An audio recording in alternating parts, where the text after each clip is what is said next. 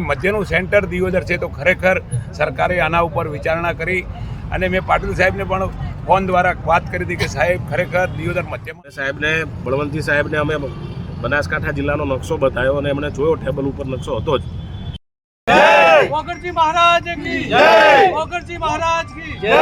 સૌનો એક જ નારો વગર જિલ્લો, સૌનો એક જ નારો વગર જિલ્લો. સૌ કોઈ બોલે વગર જિલ્લો, નાના બોલે વગર જિલ્લો, મોટા બોલે વગર જિલ્લો, કોકરેજ બોલે વગર જિલ્લો, ભીલડી બોલે વગર જિલ્લો, દિયોદર બોલે વગર જિલ્લો, વેપારી બોલે વગર જિલ્લો, ખેડૂત બોલે વગર જિલ્લો, શિક્ષક બોલે વગર જિલ્લો, વિદ્યાર્થી બોલે વગર જિલ્લો, સૌના દિલમાં વગર જિલ્લો, સૌ કોઈ બોલે વગર જિલ્લો.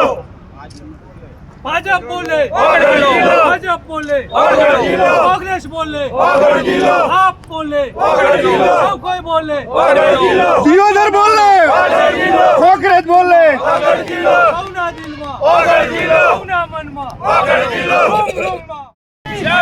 ભારત માતા કી જય, વંદે માતરમ, વંદે માતરમ. વગરજી મહારાજ કી જય. સૌના દિલમાં વસે અમારો જિલ્લો, સૌના દિલમાં વસે વગર જિલ્લો, સૌ કોઈ બોલે વગર જિલ્લો, અમારો જિલ્લો વગર જિલ્લો, ખેડૂત માંગે વગર જિલ્લો, વેપારી માંગે વગર જિલ્લો, દિયોદર માંગે વગર જિલ્લો, આભર માંગે વગર જિલ્લો, કોકરેજ માંગે વગર જિલ્લો, સૌનો જિલ્લો વગર જિલ્લો. મંત માગે વગર જિલ્લો નેતા માગે વગર જિલ્લો બુઆજીઓ માગે વગર જિલ્લો ભક્ત માગે વગર જિલ્લો સૌના દિલમાં વગર જિલ્લો શિક્ષક માગે વગર જિલ્લો કર્મચારીઓ માગે વગર જિલ્લો મોટા માગે વગર જિલ્લો ભાઈઓ માગે વગર જિલ્લો બહેનો માગે વગર જિલ્લો. દર્શનભાઈ ગઈકાલે સરકારે આમંત્રણ આપ્યું હતું, ત્યાં બોલાવ્યા હતા બધાને. શું રિવ્યુ આવ્યા?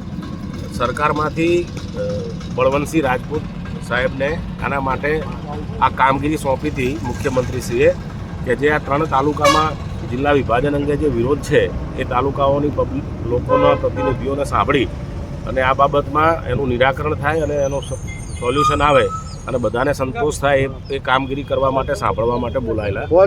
અમે અહીંયાથી દિયોદરથી પણ આપણે વગર જિલ્લા સંકલન સમિતિ તરફથી બધા કાર્યકર્તાઓ ગયેલા. આપણા ધારાસભ્ય શ્રી કેશાજી સાહેબ પણ સાથે હતા. અમે સાહેબને બળવંતજી સાહેબને અમે બનાસકાંઠા જિલ્લાનો નકશો બતાવ્યો અને એમણે જોયો ટેબલ ઉપર નકશો હતો જ. કલેક્ટર શ્રી બનાસકાંઠા પણ ત્યાં ઉપસ્થિત હતા.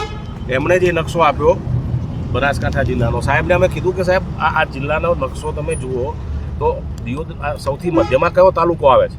તો દિયોદર તાલુકો આવે છે. તો દિયોદર તાલુકો જો મધ્યમાં આવતો હોય તો જિલ્લાનું મુખ્ય મથક એ જ હોવું જોઈએ ને. તો એ નથી થયું ને આ અન્યાય અમને કર્યો છે. તો કેમ આ અન્યાય કર્યો છે? આ અન્યાય કરવાનું કારણ શું? એવો સવાલ પૂછ્યો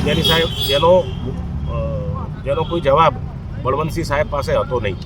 અમે પૂછ્યું કે અન્યાય થયો છે તો એમણે કોઈ હા એવી નથી પાડી ને ના એ નથી પાડી, પણ કેમ અન્યાય કર્યો એનો કોઈ જવાબ નહોતો એમની પાસે. પછી એમણે એવી વાત કરી કે અમે એ બી રજૂ કર્યું કે દિયોદર તાલુકાની સાથેના બીજા તાલુકાઓ લાખણી, કાંકરેજ, ભાભર, વાવ, પછી ભીલડી સૂચિત તાલુકો જે બનાવવાની છે એ તમામ તાલુકાઓની મેઇન સંસ્થાઓ એપીએમસી, નગરપાલિકા ભાભર, થરા નગરપાલિકા, બીજા વેપારી સંગઠનો, તાલુકા ભાજપના બધા સંગઠનોએ તમામે અગાઉ આપણને એમના લેટર પેડ ઉપર લખી અને વગર જિલ્લાને સમર્થન આપેલું. તો એ બાબત આ આખી જે માગણી છે એ તમામ તાલુકાઓની માગણી છે વગર જિલ્લાની, છતાં એ વસ્તુને અવગણી અને આ લોકોએ આપણને જે અન્યાય કર્યો છે એ બાબતની ધારદાર રજૂઆત કરી અમે. અને સાહેબશ્રીએ એવી ખાતરી આપી કે આના માટે સરકારશ્રીમાં યોગ્ય રજૂઆત કરશે. મુખ્યમંત્રી સાથે આજે એમને ચર્ચા થવાની છે. આજે કેબિનેટની મિટિંગ છે. 3 તાલુકાઓના પ્રતિનિધિઓ હતા. 3 તાલુકાઓના પ્રતિનિધિઓ સાથે એમને ચર્ચા થઈ. કાંકરેજમાંથી જે પ્રતિનિધિઓ આવેલા એમણે સરકારને એવી રજૂઆત કરી, મંત્રીશ્રીને એવી રજૂઆત કરી કે જો ઓગળ જિલ્લો થતો હોય તો કાંકરેજથી ઓગળનું અંતર 17 કિલોમીટર છે. તો એ લોકોને કોઈ વિરોધ નથી. એટલે જો ઓગળ જિલ્લો થતો હોય તો કાંકરેજનો કોઈ પ્રશ્ન રહેતો નથી વિરોધનો. એટલે મને આશા છે કે આ 3 તાલુકાઓની માગણી અને જે લોકોની જે ભાવના છે એનું માન રાખીને સરકાર એવો નિર્ણય કરશે, સારો નિર્ણય કરશે અને ઓગળ જિલ્લો બનશે. ઘનાભાઈ શું કહેશો? તમે પણ થોડા સમય અગાઉ પાટીલ સાહેબ સાથે પણ વાત કરી હતી. ખરેખર દિયોદર એ સેન્ટર ધારો કે ઓગળ જિલ્લા માટે કરીને મધ્યનું સેન્ટર ગણવામાં આવે તો ખરેખર દિયોદર છે.